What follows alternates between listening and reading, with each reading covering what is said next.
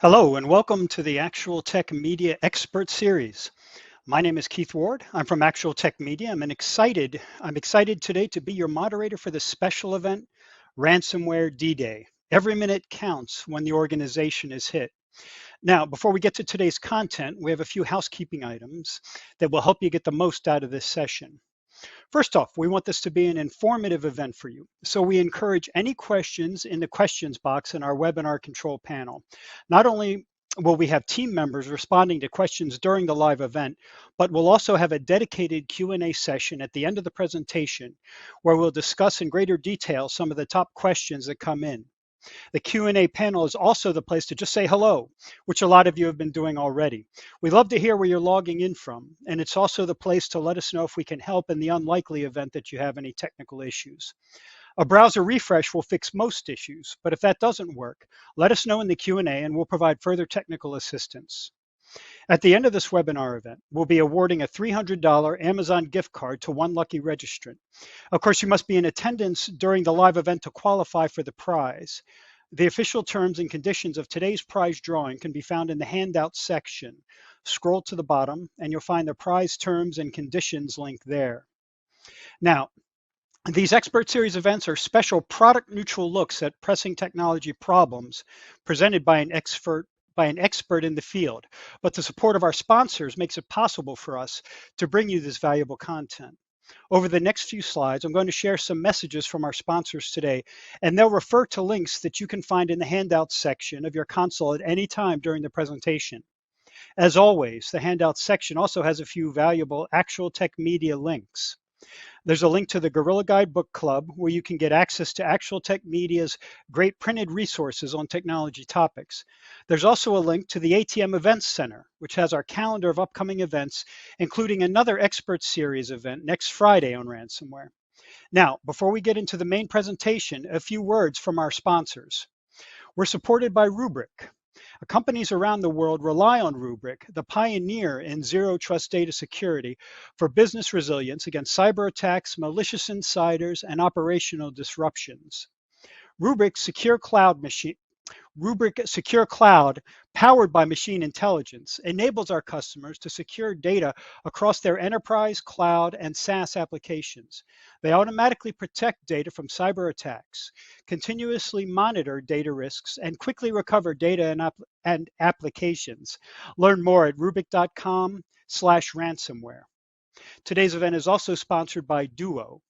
Duo Security, now part of Cisco, is the leading multi-factor authentication and secure access provider. Duo comprises a key pillar of Cisco Secure Zero Trust offering, the most comprehensive approach to securing access for any user from any device to any IT application or environment. Try it for free at duo.com. This event is also being brought to you by CrowdStrike. CrowdStrike's Falcon Overwatch stopped 77,000 potential intrusions with an average of 7 minutes elapsed time before uncovering those events. That's well within the 1 hour and 24-minute average e-crime breakout time. CrowdStrike stops breaches. Download the Nowhere to Hide 2022 Overwatch Threat Hunting Report now from the link on your screen or from the handouts section. We're additionally sponsored by Delinea. Use Delinea for cybersecurity without setbacks. Keep your business in motion with privileged access management. Learn more at the link on your screen or from the handouts section.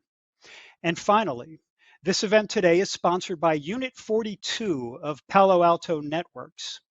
Palo Alto Networks Unit 42 brings together world-renowned threat researchers, incident responders, and security consultants to create an intelligence-driven, response-ready organization that's passionate about helping you proactively manage your cyber risk.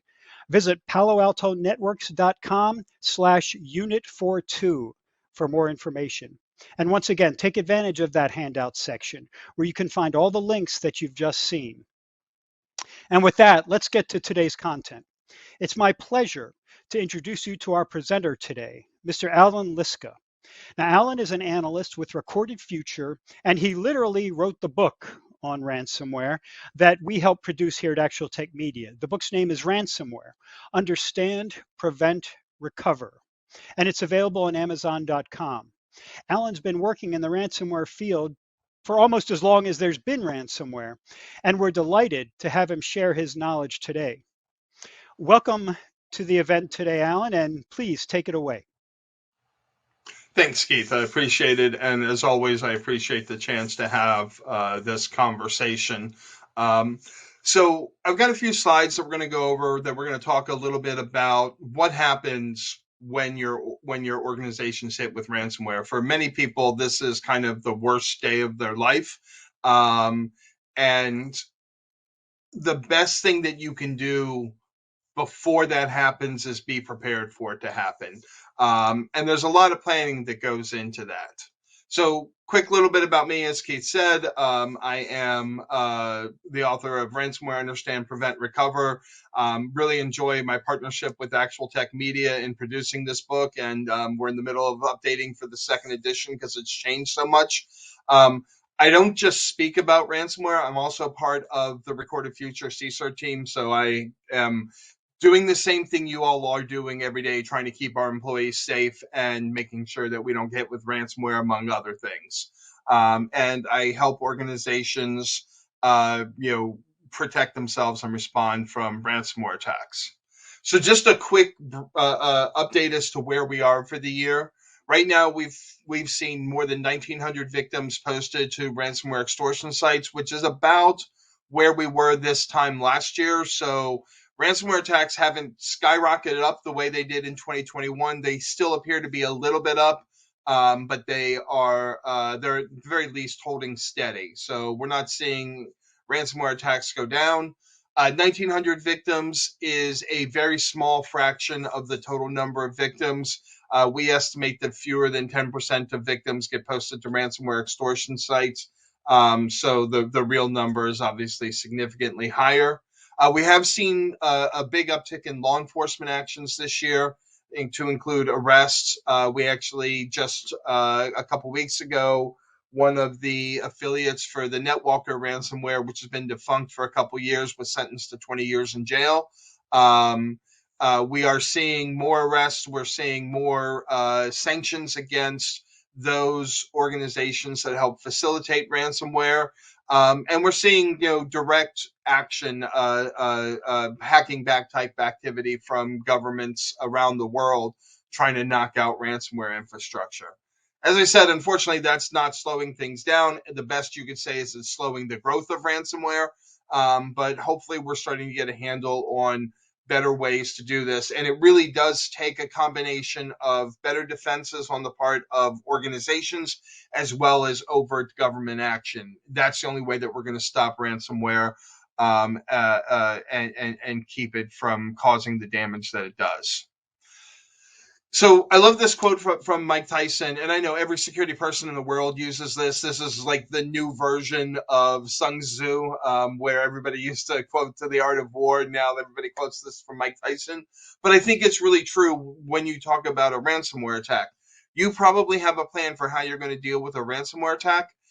And then the ransomware attack happens, and kind of often all of those plans go out of the window. So you get punched in the mouth, and suddenly everybody's in a panic, and you're trying to keep everything together. And again, ransomware is that ultimate punch in the mouth. Having that everything encrypted in your network, having everything unusable, having employees from all over the company call you all at the same time, needing to get their systems back online, is a real problem. But the thing is, ransomware requires a level of planning, because there are multiple stages to ransomware attacks. Unlike other cyber attacks where it's, the victim gets hit and the bad thing is deployed and then it's done. Ransomware occurs in multiple stages, from initial access, reconnaissance and lateral movement, exfiltration of data, to the deployment of the ransomware and the extortion afterwards. This is a multi-stage process, and there are lots of things that need to be reviewed. after you've been hit with a ransomware attack to find out and ensure that it doesn't happen again. So the question I get asked a lot is, I've already got an incident response plan. Why do I need a ransomware response plan specifically?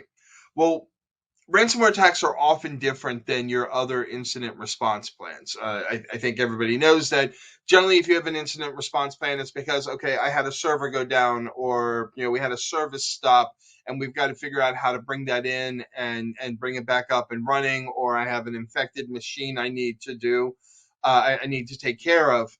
But a ransomware attack is really an all hands on deck event.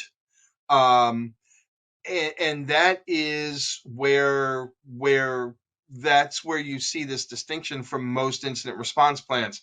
Most organizations have a plan for if one server or a cluster of servers or a service goes down, not if your whole network is suddenly unavailable. Very similar to incident response plans for dealing with floods or hurricanes or things like that. Your whole network is taken out, and you've got to respond and plan to build that, and you have to staff for something like that too. Often rebuilding after a ransomware attack takes months, and sometimes we've seen, especially with local governments, years where to bring everything back up and running.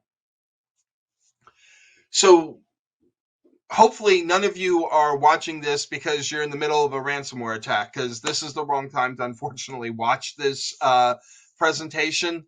But really responding to a ransomware attack starts ahead of time. You have to prepare for the worst, and you have to know where your weaknesses are ahead of time, and you have to be very honest about where your weaknesses are, so that you can effectively plan your response. So that means you need to think about the data that's going to be needed to conduct an effective incident response, and the personnel that are going to be required. So how are you going to handle this, and who are you going to recruit to do this? If you have a third-party incident response firm, they will provide the people for you. That being said, a lot of organizations don't go and do that. They don't put down a retainer and sign all the legal agreements, and so they're doing all of that in the middle of an incident response, and that's the wrong time to do that. If you don't have a retainer with an incident response firm and you think you're going to need outside help, get that retainer done before the thing happens. A lot of incident response firms have $0 contracts for retainers, and that's just so they can get the legal paperwork out of the way. There's a whole lot of legalese that has to go through, that you have to go through as an organization when you sign incident response and bring in third-party incident responders. Getting that taken care of ahead of time saves you so much time. Um, and then you need to let the people know, hey, this is what you will be doing if we're hit with a ransomware attack. Here's what you need to be prepared for, and here's what you need to be thinking about. And then how are you going to communicate with those people? Most ransomware actors now are advanced enough that they will look at your ticketing systems. They will look at your internal chat systems. So think, Lapsus, for example, specifically goes and looks for Slack instances and tries to connect to Slack instances. Now they're doing it because they want to laugh at everybody and, haha, look at me, I broke into your network. But for other ransomware groups, they're looking at the places where people are going to talk about the incident, and they want to sit in those networks. So, and they'll be looking for things like in an internal ticketing system. Hey, let's switch this conversation to Signal, or let's or an email saying, hey, let's switch this to Signal. So you really want to plan your out of band communications before the attack. You want to know, oh, hey, this is our communication tree. This is the tool that we're going to be using. And this is why we're going to be using that. You will want to clear that with legal, though, because legal is eventually going to need a copy of all of the out-of-band communications. So you just want to make sure that you've cleared that out with your legal team. Generally, you have to identify that you've been hit with a ransomware attack. That's usually pretty easily. However, there are a couple things to keep in mind. There are some groups like Evil Corp, which is a sanctioned entity that will try and hide who they are.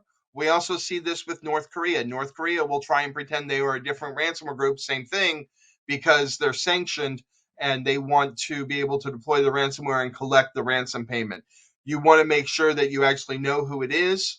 Um, there is the other problem. We are seeing a fairly big uptick this year in extortion only groups. So they get into the network using a lot of the same methods as ransomware groups do.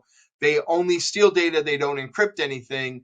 And so you may not know about the attack until you see your data show up on one of their data leak sites, or worse, one of your partners calls you and says, "Hey, why is your data, and more importantly, why is my data showing up on this data leak site?"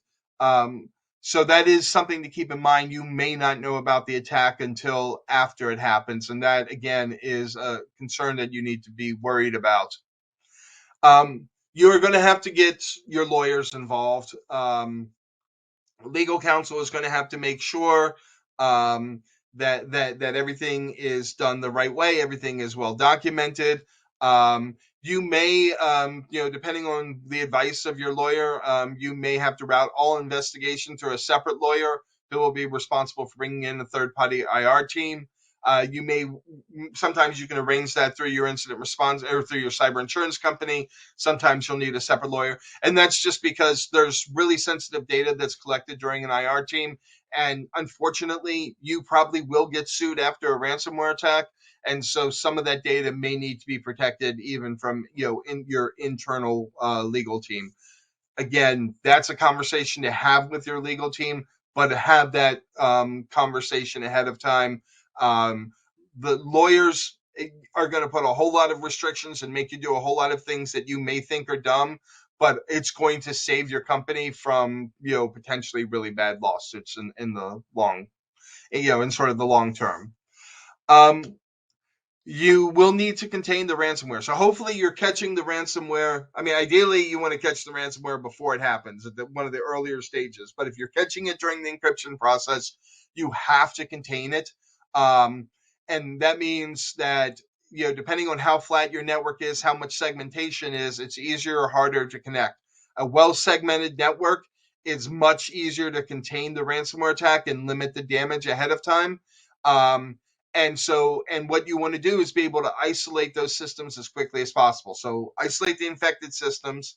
Um, do not recommend turning off those systems. There's a lot of things that are stored in memory, so you want to isolate them physically at the network. And so if you have an EDR installed, you can use that to take it down off the network. You may have to physically go and shut down your Wi-Fi or something like that in order to keep the ransomware from spreading. Again, shutting down the computer is probably a mistake. You may lose valuable things in memory. So you're really going to want to, but you are going to want to contain the ransomware once you've identified it. You want to limit the damage that it's going to that's going to have. Um, and then hopefully you're following the 3-2-1 backup rule, that you're making 3 copies of at least 2 different media, one of which is offline. But ransomware actors want your backup. Keep in mind that there are ransomware groups that have specific variants of their ransomware to look after, to go after ESXi systems for VMware, and to go after Linux systems where a lot of people store their backups. So the ransomware actors want your backups. You really, really want to make sure that you've isolated your backups and that you've contained your backups away from the ransomware groups, so that at the very least you have the ability to restore those systems from backup when you're ready to start the disaster recovery process. Um, while you're contained, once the ransomware attack is contained, once it's stopped, and this can be kind of controversial, but I'm a big fan of finding how they got in and stopping that. We see way too many victims that are hit within a couple of weeks of the first infection. They're very quickly reinfected. So finding out how they got in the first place, whether that's through exploitation, whether that's through credential reuse, whether that's through phishing, and making sure that they can't do that a second time can be really important, because if they get in a second time, or another ransomware group gets in a second time, you will wind up having to do more work for yourself. So again, highly recommend, once the ransomware attack is contained and you're starting the triage process, make part of that containing the initial point of entry, so that you will not have to worry about reinfection. Um, so another interlude here. Make sure you've got plans for feeding your people. I know that seems like that's kind of a dumb thing. You're paying them a lot of money. They can go get their own food. But you're likely going to have help desk people helping you out. You're likely going to have people who aren't part of your normal IT team helping you out. There's going to be a lot of people working really long hours for weeks, if not months at a time. Um, how are you going to feed them? Just ordering pizza every day is going to get sick, is going to get boring really quickly. Have a plan in place to keep people fed, make sure that they're getting, the proper nutrition and taking care of themselves. We see a lot of burnout after a ransomware attack, where something like 25% of staff quits, because I mean, it's a really long slog. So keeping the mental health and well-being of your incident responders is really, really important, and it keeps them happy as employees. Now you've got to eradicate the ransomware. And again, don't just eradicate the ransomware. You want to look for all of the tools that the ransomware actors are using. So look for unexpected PowerShells, new admin accounts or other logins created, any C2 communication, anything executing in memory, any executables that don't belong. You want to get a full inventory of everything and make sure you understand what all that is, and then remove that. But also, when you're restoring from backup, make sure you're not restoring any of those tools from backup. So you want a full inventory of everything that it looks like the ransomware actor used. I mean, if you wind up being overly cautious and deleting tools that maybe other threat actors left behind, that's not the worst thing in the world.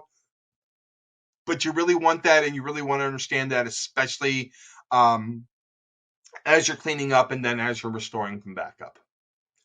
And then recover. You're going to start bringing the machines online in small groups, isolate them from the rest of the network, monitor for artifacts from the ransomware attack, look for unusual comms from the machines that you've just restored, and scan for any processes, especially those running in memory. Review systems as you restore them from backup. Make sure none of the ransomware actors and tools are accidentally restored from the backup, and then build out from there.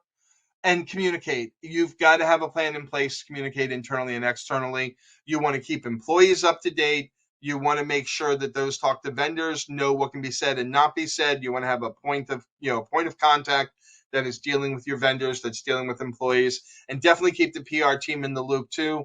A lot of ransomware attacks, the data, the fact that a victim's been hit with ransomware, gets out and gets known, and immediately that means you may have journalists and other people calling your PR team. You want to give them an agreed upon answer, and again, this is where you keep the legal team in the loop too, to make sure that that they approve any communications going out. But you really want to be on top of it. It's been my experience. I know a lot of organizations would prefer to keep things quiet, but it's been my experience that you don't have to overshare, but sharing some of the basics goes a long way to helping people understand. So many big organizations, small organizations get hit with ransomware attacks. I don't think anybody blames you for getting hit with a ransomware attack. What they get concerned about is the cover up. And then review. How do you stop the next attack from happening? Especially if it goes public, and is widely goes public that your organization was hit with ransomware. There will be other ransomware groups that try and gain access because they'll think that you're an easy target. You really want to find out how they got in, what you need to do in order to stop the attack before it happens next time. We're not trying to blame anybody here. We're not trying to get anybody fired. What we're trying to do instead is really understand what the gaps are in in initial access protection and what the gaps are in monitoring as they're moving around during that reconnaissance phase that maybe could have been improved that would have stopped the ransomware earlier. Present a plan to leadership to help improve security monitoring and prevent the next attack.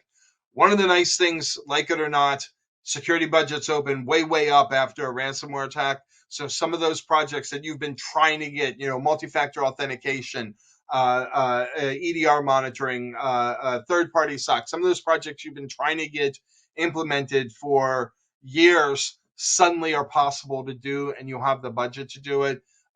So take advantage of that and put those things in place that are really going to help your team, not just the new and fancy things, but the things that are going to, sort of provide benefit.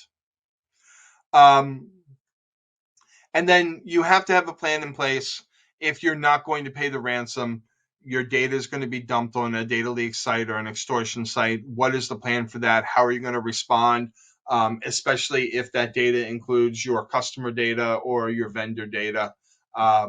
You may have to have a response in place. You may have to have a way of communicate. You will have to communicate that to your vendors and to your customers if you know that data was leaked and was out there. Plan for that. Organizations understand, and customers understand. I've even seen schools that have been hit with ransomware, and the ransomware actors email the parents and say, I'm going to release your kid's sensitive data because the school won't pay. And the parents are like, yeah, don't pay. It sucks my kid's data's out there, but I'd rather their data be out there than you give money to these evil bastards. And so most organizations will understand why you didn't pay. They won't understand why you didn't let them know ahead of time that some of their data may be leaked. And again, keep reviewing. This reviewing always has to be going on. Improve, conduct tabletop exercises. Again, go back to the first phase, the prepare phase, and think about what you can do to continue to improve. And then again, set realistic goals. You may have that budget, the budget gates open up, and you may oh wow, we can do 10 projects all at once. Can you realistically do that? Do you have the staff and the team to be able to do that? So set realistic goals for setting those changes, follow up to ensure those changes are made, conduct those tabletop exercises, again, part of that preparation phase. And then hopefully you've built a lot of cooperation among departments during this incident, and build on that cooperation to continue to improve the security of the organization. So I want to thank you all very much again for your time. I always enjoy these conversations, and I'm happy to answer any questions that you all have. All right. Thank you, Alan. Great information there. So timely right now as well.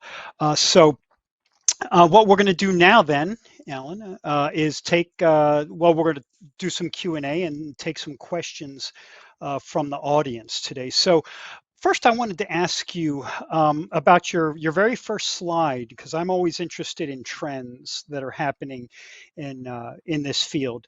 You had mentioned that attacks seem to have leveled off lately. Now, do you see that as a good thing, a bad thing, or because it may not necessarily be a good thing. It could be that the companies are just so afraid now to report anything. As you said in another slide. Do you see this as an overall good trend or bad trend, or does it not strike you either way? I don't know yet. So one of the problems was 2021 was just such a disaster for ransomware in terms of the number of attacks and the mess and how awful everything was. It was hard to see it going up from there. And we say that every year. Every year we see new and bad and worse ransomware attacks. And every year, we're like, how can it get worse? And then it does. One of the things that I think is interesting is we're seeing a lot more attacks based in the global south this year than last year. It's finally ransomware actors have figured out that the southern hemisphere actually has money. So we're seeing a lot more attacks in South Asia and South America. And so that means that we are seeing, in some places we're seeing a slowdown in attacks in other parts of the world because of that, but it's being made up by the new attacks here. So I think it may be a kind of a shifting of targets, which means that there may be, we may actually, ransomware attacks may be way up and we may not be noticing it. So, for example, this year, we've seen more publicly reported real estate offices get hit with ransomware attacks. More publicly reported car dealerships get hit with ransomware attacks. And those are the publicly reported ones. Most of those, because they don't disrupt a school or a local government or something else, probably don't get reported at all. In other words, they're not in the local news. They're not, if they pay a $40,000 or $50,000 ransom, they never make it to the extortion site. So there may be even more that we don't know about because of the sort of down targeting for some of these ransomware groups. Now, we're also seeing at the same end, the whole country of Costa Rica was taken offline, or the whole government of Costa Rica. So we're seeing some big, huge, monumental attacks as well. But the concentration does seem to be in that small business category that really doesn't have the resources to defend against themselves. So that's why it's really hard to say whether this is a good or bad trend, but it is a trend worth keeping an eye on. Exactly. And it leads me kind of into the next question. We'll take one from an audience member here. Nathan wants to ask, and this is related to what I wanted to discuss with you. He says, I've read and heard that credentials make their way to the dark web essentially inevitably. It's just going to happen. Is that true? And if so, what are the common ways to mitigate that risk? Do you see this really? Um, that you're going to be attacked and that you're going to be compromised because of the dark web? Is it really that pervasive at this point? So credential stuffing and credential reuse are, we think, the number one initial access point for ransomware actors. So phishing is probably still a close second, but that credential stuffing, credential reuse is huge. I mean, there are literally 10 billion records available for sale or sometimes for free on underground forums. And so those exposed credentials become a big problem. And especially because so many organizations have gone remote first with their employees, that means there are more exposed VPNs, more exposed Citrix servers, remote desktop protocol servers, however you're gaining access to your network. And the biggest way you can stop that is with multi-factor authentication. Really having that two-factor authentication. I know Duo is one of the sponsors today, and they offer a really great product for that. But having that multi-factor authentication is going to solve a lot of those problems, and it should be something that is token based, not SMS based. The the sort of the pop up on your phone, and we've seen this. We saw this with the with one of the recent breaches where they had multi-factor authentication using SMS instead of a token, and what the actor did was he just bombed the user with requests until they finally got frustrated and said okay, and let the bad guy kind of walk right in. And so when you have the token base, whether it's through an app on the phone or a physical token, you're much less likely to see that kind of reaction. But yes, unfortunately, Right. it is very common, and multi-factor authentication is one of the best ways to protect against that. So along those same lines, then, Alan, how common is social engineering still these days? Is that's what they're trying to do? But it seems like a more labor-intense sort of way to do it. Do we see that still being the one of the best ways to get in, or are they doing more automated methods these days? So we are seeing the extortion only groups heavily rely on social engineering. Um, but honestly, I think that is because they are dumb teenagers. I mean, I know saying dumb teenager, hides the fact that they managed to gain access to Okta and and a number of other big companies. Um, but even dumb teenagers can get lucky. The sort of the more professional ransomware groups don't really focus much on the social engineering as a way to gain access, um, because they are trying to get as many victims as possible. And social engineering, as you say, takes time and effort. Whereas if I can credential reuse and find a weakness, it's kind of like when they talk about car security, right? You don't have to have the best security system for your car to keep it from getting broken into. You just have to have better than the people that leave their car unlocked, right? And that's what these sort of initial access brokers are focusing on. Volume is what matters, and so they want to find as many victims that are readily accessible as possible. Sure, sure. Um, Charles has a really interesting question and one that's worth some examination. He wants to know your thoughts on immutable backups. How resilient are they to ransomware, and is that's always been sort of considered the gold standard for how to recover? Do you still consider it the gold standard? Absolutely. I love immutable backups. I know a lot of organizations don't have the time and resources to set that up and run it. If you can do immutable backups, absolutely. Just keep in mind that because of the extortion on the other end, while the mutable backup will save you from having to pay the ransom to decrypt your files, you still are going to have to address. You're still going to have incident response because you're going to have to address whatever data was leaked and what's going to be published and when it's going to be published and so on. So absolutely, if you can set up and run immutable backups, I mean, immutable backups are great, but it doesn't have to be fancy. I mean, I've never seen a ransomware actor that figured out how to encrypt tape. And Keith, you and I have been around for a while. Tape backup. A lot of people poo-poo that you can't encrypt tape. Right, So, right. which And is obviously important to people.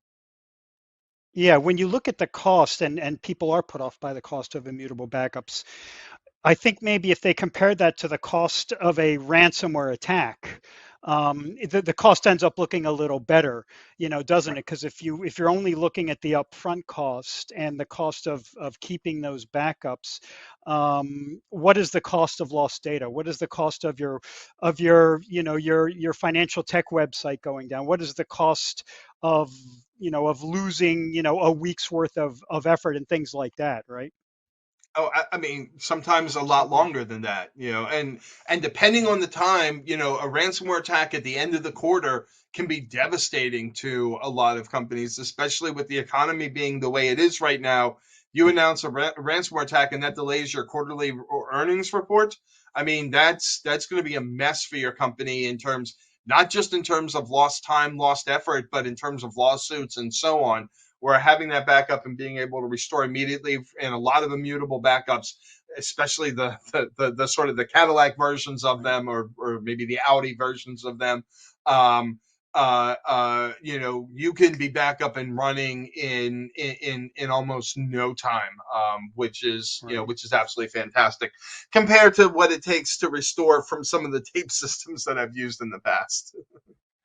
Right, right. Can you quickly also, I should have done this before, but can you quickly define what an immutable backup is for those who are just kind of researching and learning about it now?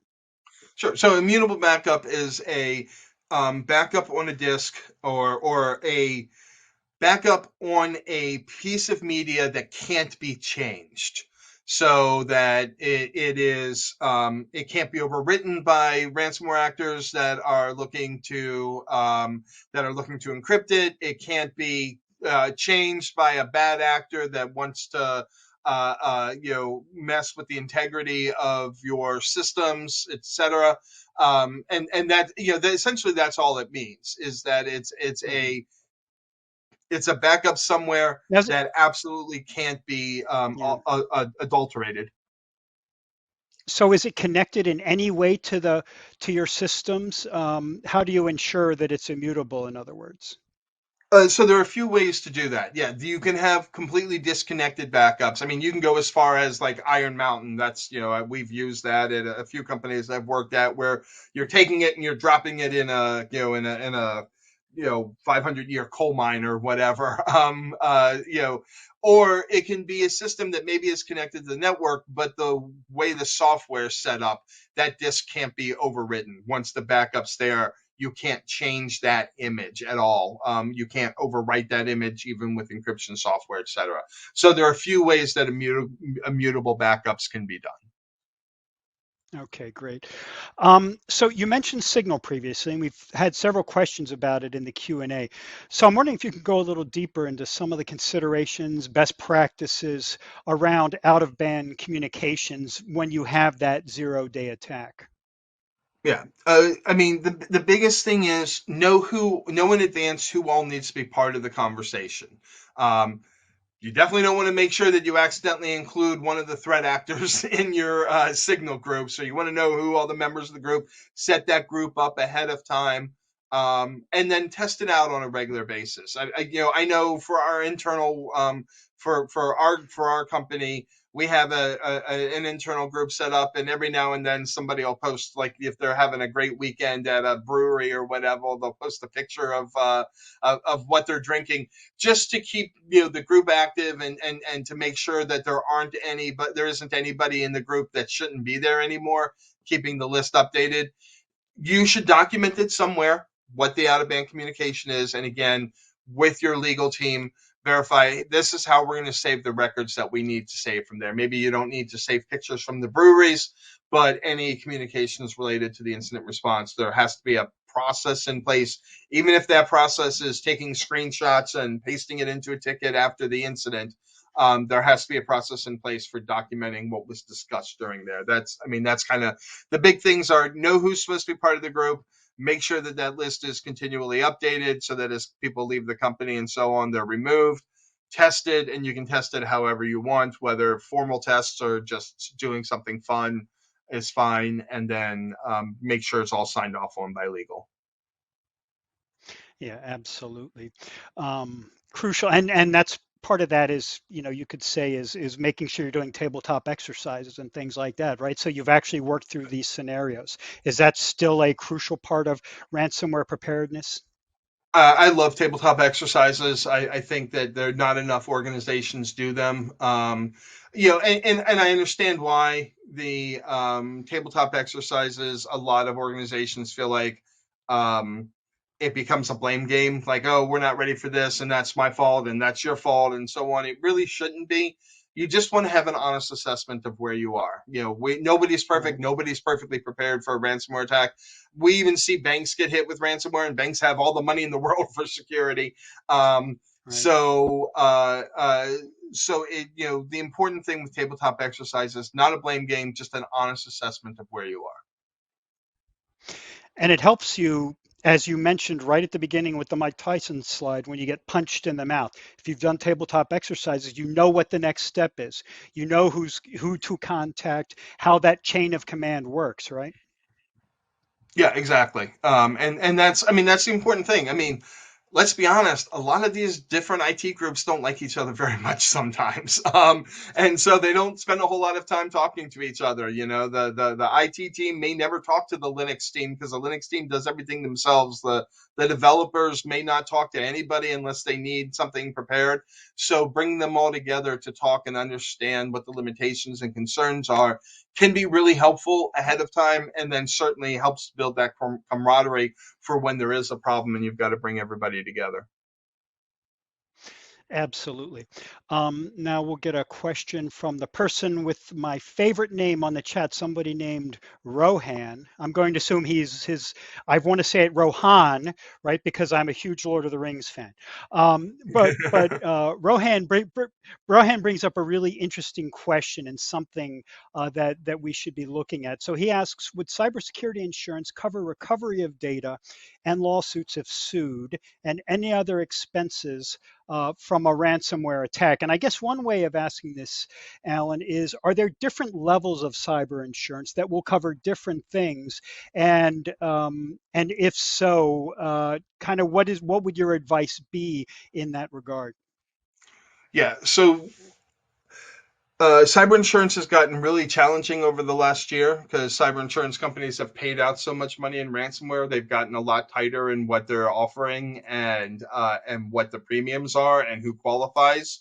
I've seen a lot of cyber insurance companies that actively scan their clients now instead of just doing surveys to make sure that they really are complying with everything they're supposed to.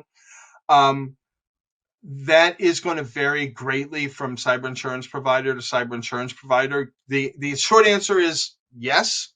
The same short answer is no. It depends on what your coverage is. This is again where you need to sit down and talk to your cyber insurance company and make sure, and especially if you've renewed in the last year, because some of your assumptions about what's covered may have changed. And in the long legalese document that they sent you, it may be outlined in there and you didn't realize it. So, for example, some cyber insurance companies will no longer pay a ransom. They will no longer provide the same level of coverage if you didn't meet certain thresholds of security implementations and so on. So really sitting down with your cyber insurance provider and finding out. There are still some that absolutely head to toe, they'll cover everything, including the lawsuits that may follow and so on. But there are others now that are much, much more restrictive in what they'll cover. And again, the key, as you mentioned before, is make the call today, visit the website today before you get attacked, so all that is in place. And you don't, after the fact, it's not going to help you very much. So I wanted to move into the idea of double extortion. I want to talk about a trend that we may be seeing related to that. So double extortion is the idea that first you get hit with a ransomware attack, your files are encrypted, but then the next thing uh, that you can have to pay, that they can demand a ransom for, is to keep your data from being exfiltrated, from being dumped onto a public site or something like that. Now, some of our reporting on ransomware.org has kind of indicated that that is becoming as big a problem as the initial encryption, and in some ways even more important now that they're even skipping encryption in some cases, going right to data exfiltration. So is that a trend you're seeing? Yeah, so there are groups like Lapsus and Karakut that all they do is steal data. They don't bother with the encryption, which means that your detections are even more important than ever. Like when you've been hit with ransomware because all your systems are encrypted. You don't necessarily know when data theft has happened, and that is obviously a huge problem.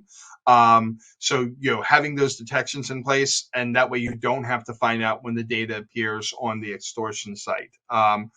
One of the reasons why we see that increase in extortion only attacks is, one, they're easier, but also the ransomware actors have gotten better at finding those sensitive documents. I remember early on when the double extortion first started, I was working with one client who got hit, had data stolen, and it was like logs from 7 years ago. And they just kind of laughed, like, okay, great, publish that, we don't care. That's not the case anymore. There are the ransomware actors, even the non-native, even the non-English speaking ones, they have a long list of keywords that they're looking for, that they match for while they're searching for files, and they are much better at grabbing the more sensitive documents. And they even do things now, like we've seen some that specifically look for the leadership endpoints. So look for the CEO, the CFO, the CTO, and take everything that's off of their computer that they can, to, if that way, even if the company won't do it because of the files, they may pay the extortion to avoid embarrassing the CEO or the CTO or CFO. Gotcha. Here's an interesting question from Jeffrey.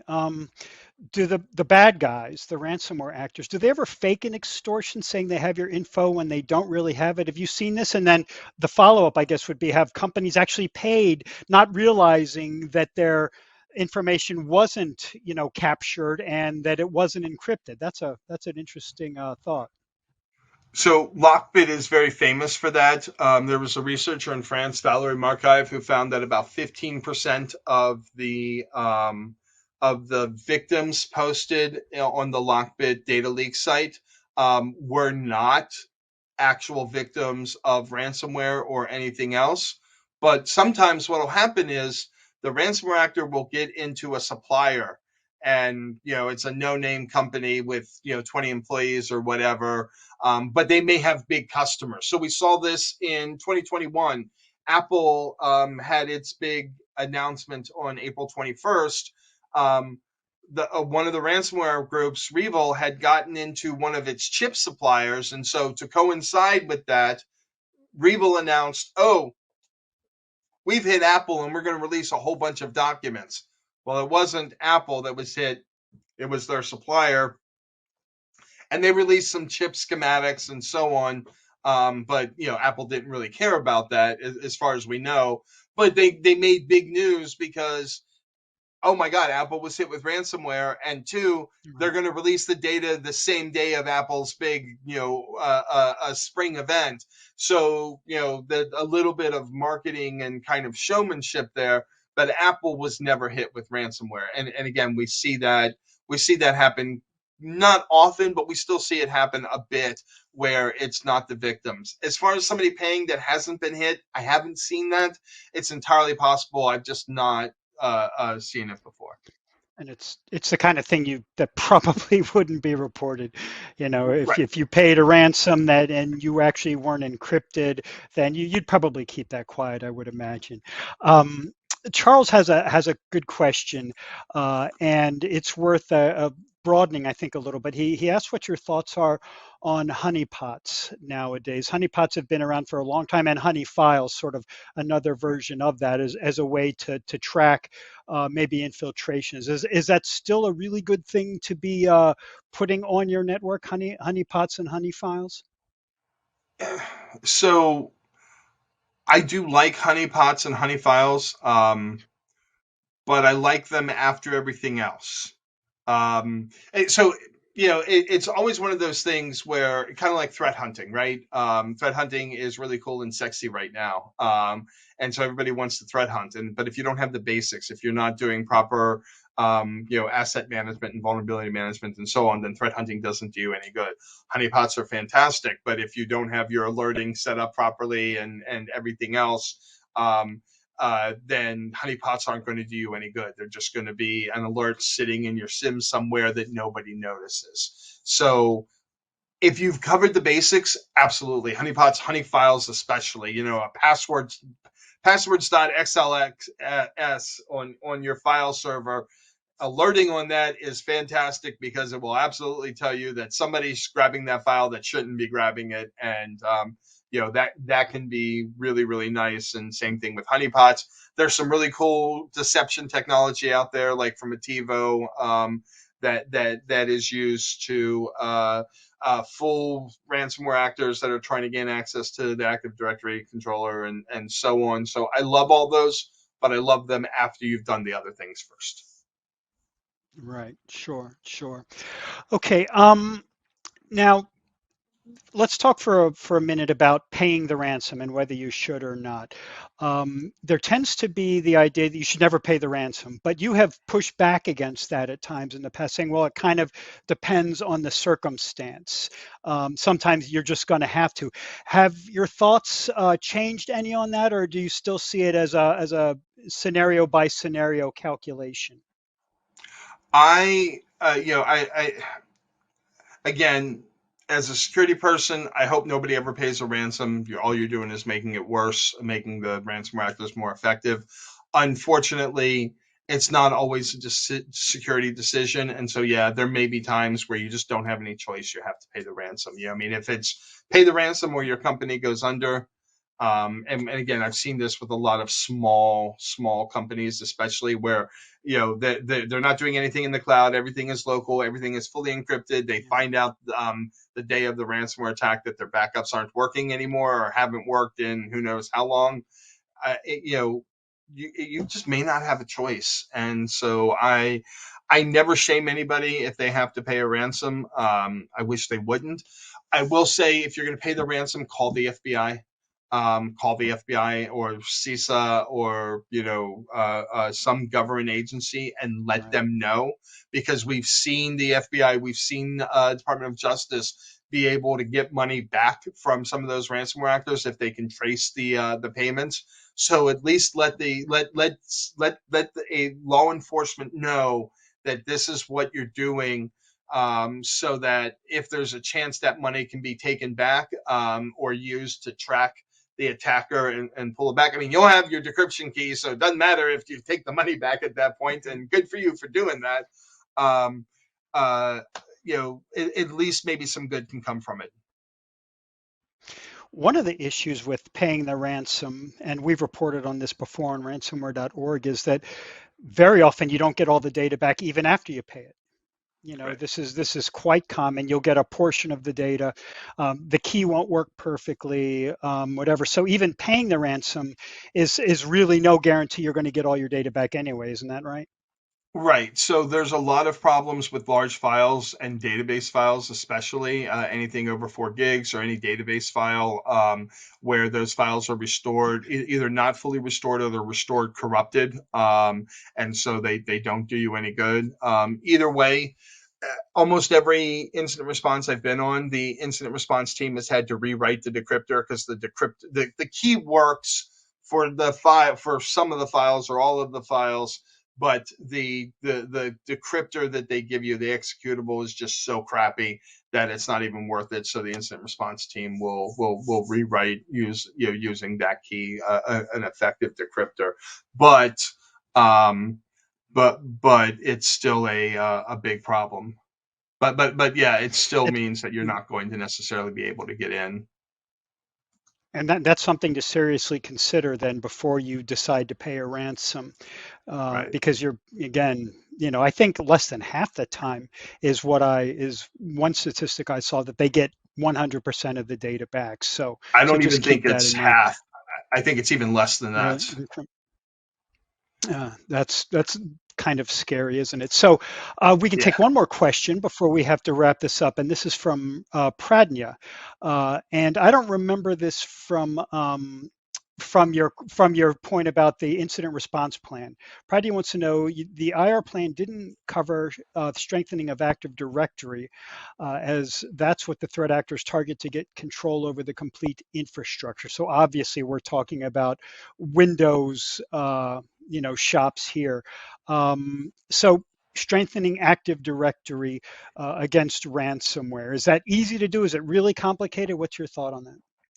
Yeah, so we talk a lot about this in the book, and I didn't kind of go into it here because I didn't want to get too technical. But yeah, every ransomware actor, and honestly, most nation state actors are going to go after your Active Directory server. So you want to strengthen that. You want to do things like, especially look for newly created admin accounts, because bad guys in general, ransomware actors in particular, love to create new admin accounts.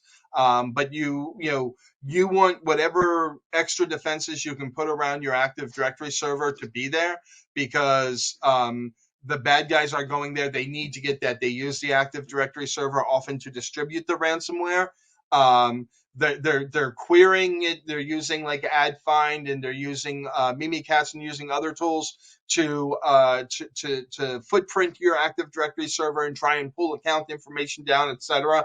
So there's a whole lot of activity that in the during that reconnaissance phase, directed at the Active Directory server. Again, that's why we spent a lot of time on that in the book. I just, that's a whole lot of. You could do a whole Right. webinar on defending the Active Directory server from ransomware actors, and it probably still wouldn't be enough. Absolutely, absolutely. Yeah, the book is a great resource, and we're looking forward to the second version of it, the updated version. Can't wait for that to come out. So I think we're going to have to leave it there today, Alan. So we covered the day of attack, and I understand that you'll be back in exactly 1 week from today at the same time to talk about what comes next in an event that we're calling Ransomware Recovery Options and Best Practices Post-Attack. Can you give us a sneak peek into what to expect in that session in 1 week? I mean, a lot of it, there's some overlap with here, but a lot of it really is, a lot of it is, how do you get back up and running fast? We're going from not just incident response, but disaster recovery, bringing everything, all the systems and everything back online and getting them up and running. Yeah, that sounds great. We're looking forward to that. So be sure to register for that session if you want to find out more. Alan, I wanted to thank you so much for putting together a great, really informative presentation and for all your insights in the Q&A. We, as always, very much appreciate your insights and your wise advice to everyone. Thank you. Thank you very much. Absolutely. So now, before we wrap up, we have one more piece of business today, and it's the $300 Amazon gift card prize drawing. And the winner of the $300 Amazon gift card today is Thomas Durst from South Carolina. Congratulations to you, Thomas, and we'll be in touch to get you your card. And with that, on behalf of the Actual Tech Media team, I want to thank our sponsors for making this event possible.